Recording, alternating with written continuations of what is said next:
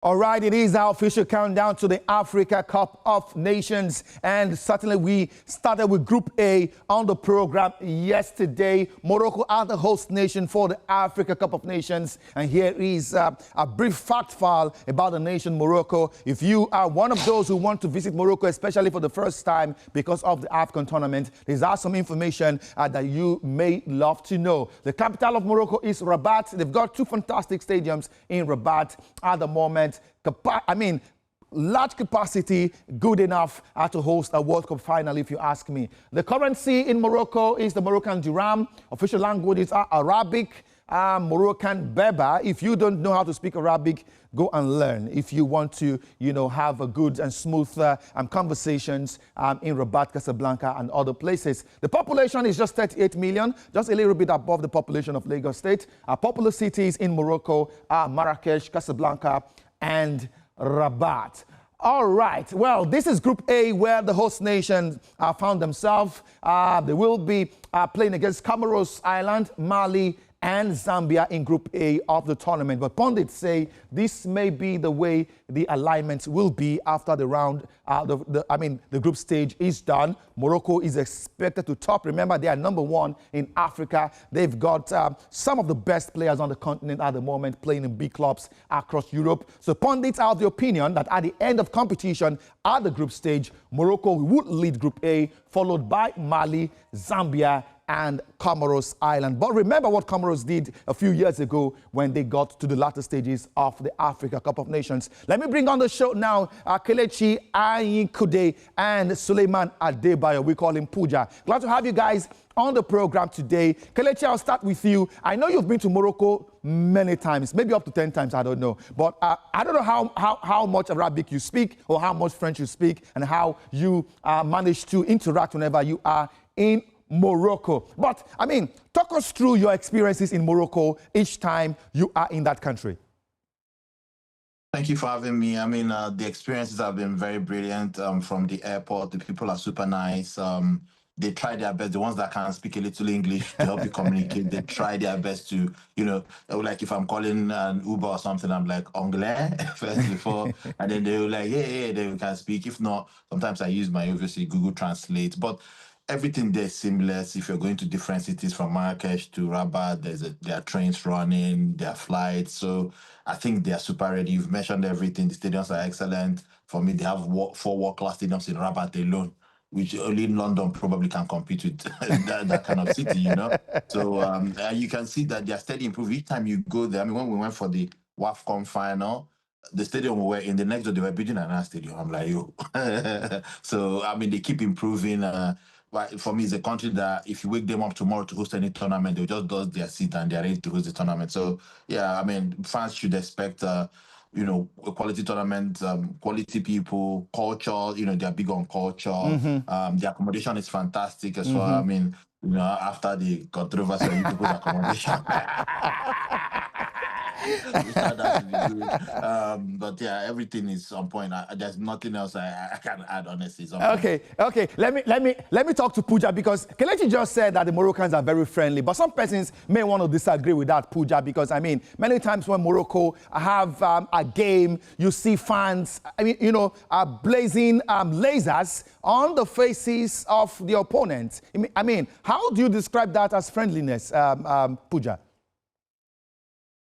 Well, good to be on the show. I think, fans are passionate. Fans can decide to support their, club, their country the way they want to support. I think, if CAF is not against using the lasers, I don't think we should, we should be. When we went to the 2018 World Cup in South Africa, that was Vuvuzela. And when it was so uncomfortable for for football clubs, FIFA come out to say there's no Vuvuzela in the stadium. So if CAF and FIFA believe that the lasers are good and that's the way that the Moroccans can support that team, I don't think anything I'm against it. It's just that they are passionate. They're going to absorb teams, when they play against them. We saw what they did against Gabon and DR Congo. When they love a team, they go all out and support that team. And talking about supporting that team, is going to be hectic for some teams playing against them. And I think it's just a way of showing support using lasers and using any other maybe means that will to not destabilize affect the opponent. Okay, now let me stay with you, Pooja. This is what the table looks like. Comoros, in alphabetic order after the draws were made. Comoros, Mali, Morocco, Zambia. But a lot of pundits say it will be Morocco, Mali, Zambia, Comoros at the end of the group games. Do you subscribe to this? Well, I think Morocco is going to blow them away. When I was in Morocco, I watched their two friendly against Uganda and Mozambique at the Tanja Grand Stadium in Tanja, and they looked ready. They looked like the team that wants to break that jinx of not winning the AFCON for over 40 years or so. So they're out to deal with teams. I think they can clean sheet in those friendlies as well. So for Zambia, Comoros, I don't think they have anything in their sleeves to stop Morocco. And for Morocco as well, they have a lot of guys in their kitty. If Hakimi find a way to come back before the AFCON, it's going to be a plus to them. But even without Hakimi, I think the team is solid. I think they can go without bleaches. But at the end of the day, like I always say, it's a tournament built for Morocco because everything is in favor of them. The stadium, the fans, and of course the whole city. So for the teams, like I said, the fans will make it hectic for them because the fans, the Moroccans, are football-loving country. So Morocco is the first for me. I don't know who's going to be second or third, but I think Morocco is going to blow teams away in that group. Okay, well, Kelechi, Pooja just talked about Achraf Hakimi, whether or not he makes the final AFCON list for Morocco, but he says the Moroccans have got a very compact squad, and I want to agree with him because a team that's got the likes of Brahim Diaz, who plays for Real Madrid, Yacine Bono, the goalkeeper, is 34. His experience will come very handy for the Atlas Lions, Kelechi. Yeah, of course, you're right. We're with Bono, the CAF Awards, was voted the best keeper in Africa. We're with Hakimi as well. I don't know if he's good. Hakimi that I saw using wheelchair stuff, I don't know if he can make it. Because that injury, I don't know, but maybe they might put him as part of the squad. I heard they are now naming 27 players. But yes, like Mr. Suleiman said, they have a complete squad. But for me, you might have a complete squad on paper. It just depends on who turns up on the day. Don't underrate Comoros. If I'm not mistaken, Comoros dumped Ghana out in the last AFCON. So don't underrate. They might just spring a surprise, So there are no more underdogs in African football. That's all I can say. I think so. Underdogs in America. Nigeria didn't even make the World Cup. What's their name?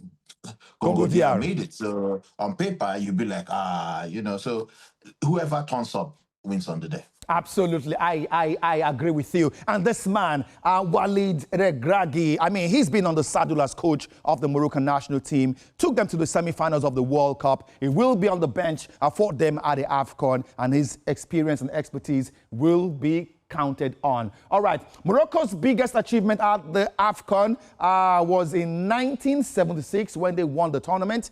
They picked up the gold. In 1980, they picked up the bronze medal. 1986, they were fourth. 1988, they were fourth. And in 2004, they picked up the silver. And in the last four AFCON, Morocco haven't done, specifically well. In 2017, they were quarterfinalists. 2019, they were knocked out in the round of 16. 2021, they were knocked out in the quarterfinals. And 2023, the last AFCON, which Nigeria got to the finals, they were dumped out in the round of 16. Pooja, let's take a look at Mali as a nation. Pundits say they may finish second in Group A. The capital of Mali is Bamako. They use the CFA franc. They speak French, Bambara, Fula. Population 25 million, just about the size of Lagos. Popular cities in Mali are Bamako, Sikasso, and Timbuktu. But away from all of that, this is what Group A looks like. Many persons are of the opinion that after Morocco, Mali are the next dangerous team in Group A and should finish behind Zambia. But Kelechi just said earlier that it depends on who turns up. Yes, basically that, you have to, talk about anyone that turns up. But on paper, I think Morocco will be the first on paper. I think Mali is not on the edge as Zambia. Zambia are perpetual, tournament playing team. So remember they won it a time ago. And they've been doing well in competition like this. So I don't think Mali enjoyed the influx of French players from France, which Senegal is also enjoying. They have lots of good players as well. If you look at DR Congo as well, they look like a bad team on paper. But if you look at the players they have in the squad, you see that they have good players playing in regular European football. So for Mali and Zambia, I cannot place who will finish second because Mali have good players on paper, but Zambia are perennial, good tournament team. So for Mali, they need to, turn up, like Kelechi said. Morocco as well, they've not done well in competition as well. Maybe the World Cup, they got a semi-final, but when it comes to AFCON, they've not done well in the last 4 editions. So they'll be looking to break the jinx, like I said, even qualifying out of the quarterfinals and get to the semi-finals to be an achievement for them. Remember, in the four last editions, they've not even finished in the semi-finals. They were knocked out. It's a big task for them. Yeah. So it's a big task for them. Is a worrying time for them. They need to, turn up. They need to come to party, against these teams. They'll be a very, very rugged side, and of course Mali as well. So for Mali and Zambia, I think they're going to fight for the second position. These are some of the key players for Mali: Yves Bissouma, Amadou Haidara, and Lassine Sinayoko. These are some of the guys that the Eagles of Mali will be counting on to help them raise their heads above their shoulders at the AFCON tournament. This is the man on the bench for the Eagles of Mali, Tom Saintfiet. At some point, he was touted to be the next Super Eagles coach, but for reasons best known to the Nigeria Football Federation, they opted for Eric Schell. Kelechi, how much influence will this man have on the Malian team at the AFCON tournament? If he gets his tactics right, I'm sure he will have a big influence. If I'm not mistaken, Eric Schell used to be their former manager. That's a tough act to follow. We know how they went out in the last AFCON. We know Eric Schell's picture. Could not on the head. It depends on who turns up. But I also want to look at it from a pressure point of view. Mali are not going to the World Cup. Nigeria are not going to the World Cup. They're under pressure to perform.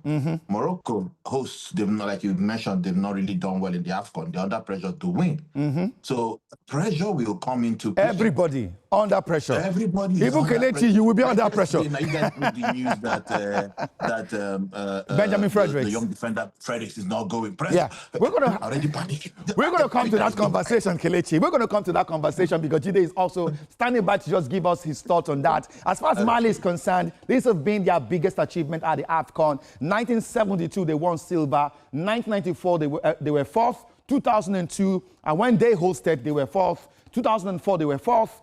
2012, when it was hosted again, they won bronze. 2013, when Nigeria won the AFCON the last time in South Africa, Mali finished as bronze medalist. The last 4 AFCONs for Mali: 2017, they were knocked out in the group stage. 2019, round of 16 exit.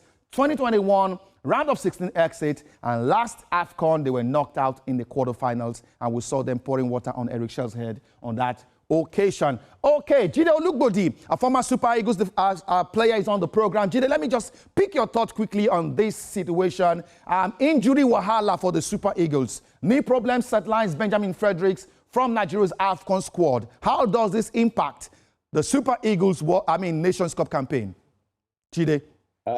Good afternoon, Promise. I would say it's a massive blow to Nigeria. It seems strange to label a 20-year-old defender who's only had 7 caps as a crucial member of the Nigerian team, but his performances have been excellent since he made his debut in the Unity Cup in London in May. And this guy has had a notable impact on our team. We saw even when Ajayi was injured against. Yes, Semi Ajayi was injured. Coach Schell preferred him to the captain, Trust. That shows the level of confidence that they have on this boy. He practically put Aubameyang, a superb striker, in his pocket for the whole game. He even got him get a red card as well. That's how great this boy is. And we are definitely going to miss him. Definitely. Definitely going to miss him, and Eric Shell is right now under pressure to find a replacement for the young Fredericks in the Super Eagles fold ahead of the AFCON tournament. Let me say a very big thank you to you, Jide. We'll bring you back on the show tomorrow because we'll continue with our AFCON countdown right here on TVC. Thank you, Suleiman Adebayo Puja, for being on the program. Kelechi, all the way from London, thank you for your time on the show today. Thank you, guys, for being a part of this program. It's been AFCON Data on TVC Sports Desk. Many thanks to you for watching. I am Promise Foge. Bye-bye now.